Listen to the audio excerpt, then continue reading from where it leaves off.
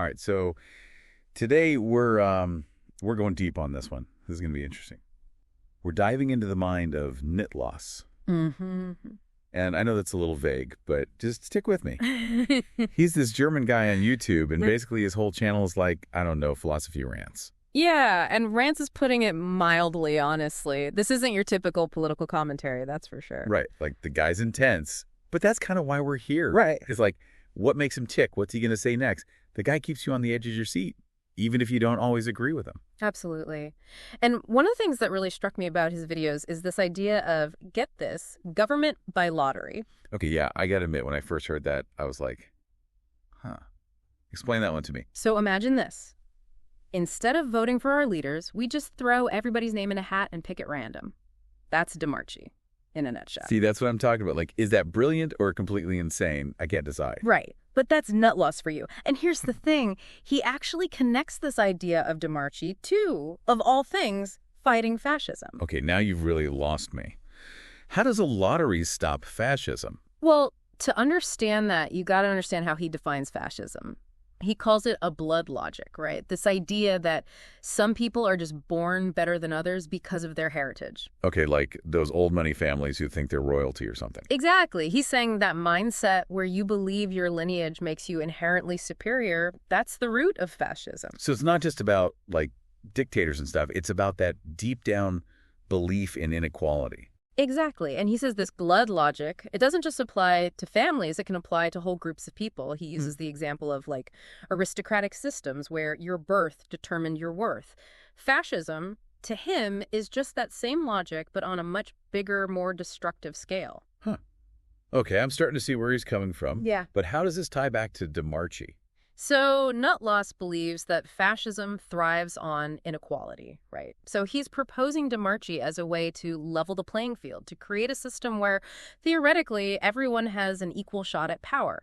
So instead of having the same types of people in charge all the time, we just randomize it. Pretty much. The idea is that when everyone has an equal chance to be in charge, it makes it a lot harder for any one group to claim they're inherently better than another. It disrupts that whole blood logic thing. That's a pretty radical solution, I'll give him that.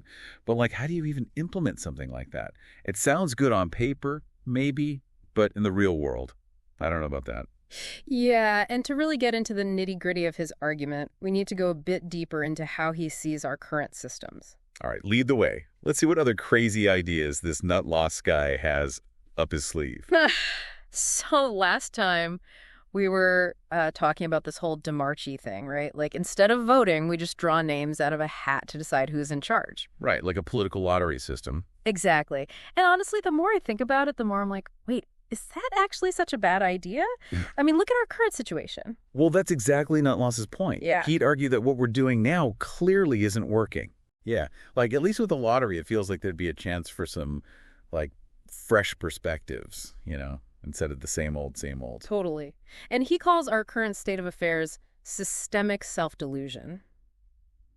Basically, he's saying we're so caught up in the day-to-day political battles that we're missing the bigger picture. Okay, I kind of see what he means. It's like we're so busy arguing about the symptoms that we're not treating the disease. Yeah, like we're so focused on who to vote for that we've stopped questioning whether the whole voting thing is even the right approach anymore. Right, so in his mind, Demarie is like the big, bold solution, right? It's about, like, hitting the reset button on the whole system. Exactly. He's not interested in just tweaking things around the edges. He wants to tear the whole thing down and start over. Okay, I can respect that.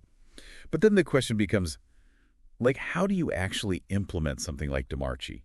In the real world, I mean. Right, because it's one thing to say, let's just randomly pick our leaders. But then you've got all these practical questions, right? Right, a million. For starters, what about, like, qualifications?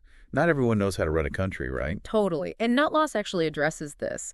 He says that in a true Demarie, those chosen by lottery wouldn't just be thrown to the wolves. Okay, good, because that would be terrifying. Right. He imagines a system where those selected would get, like, intense training, access to experts, all the resources they'd need to make informed decisions. So it's less about winging it and more about, like, empowering everyday people to make those big decisions. Exactly. Give them the tools and the knowledge they need to actually lead.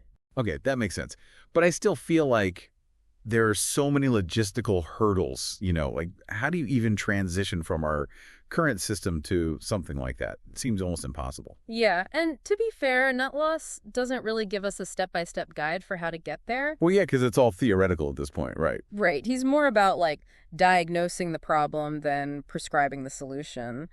But he does suggest starting small, maybe experimenting with demarchic principles at a local level first. So instead of trying to change the whole country overnight, you start with, like, school boards or town councils. Exactly. Prove that it can work on a smaller scale first. And then maybe, just maybe, those small changes could lead to bigger ones down the line. It's a long shot, for sure. But you gotta admit, the guy's got guts, right? Like, he's not afraid to think big. Oh, absolutely. And we haven't even gotten to what might be his most radical idea yet. Oh, there's more. All right, lay it on me. What else does this guy have up his sleeve? All right, so we're really getting into the weeds here with this whole Demarie thing. Deep cuts. Yeah, exactly.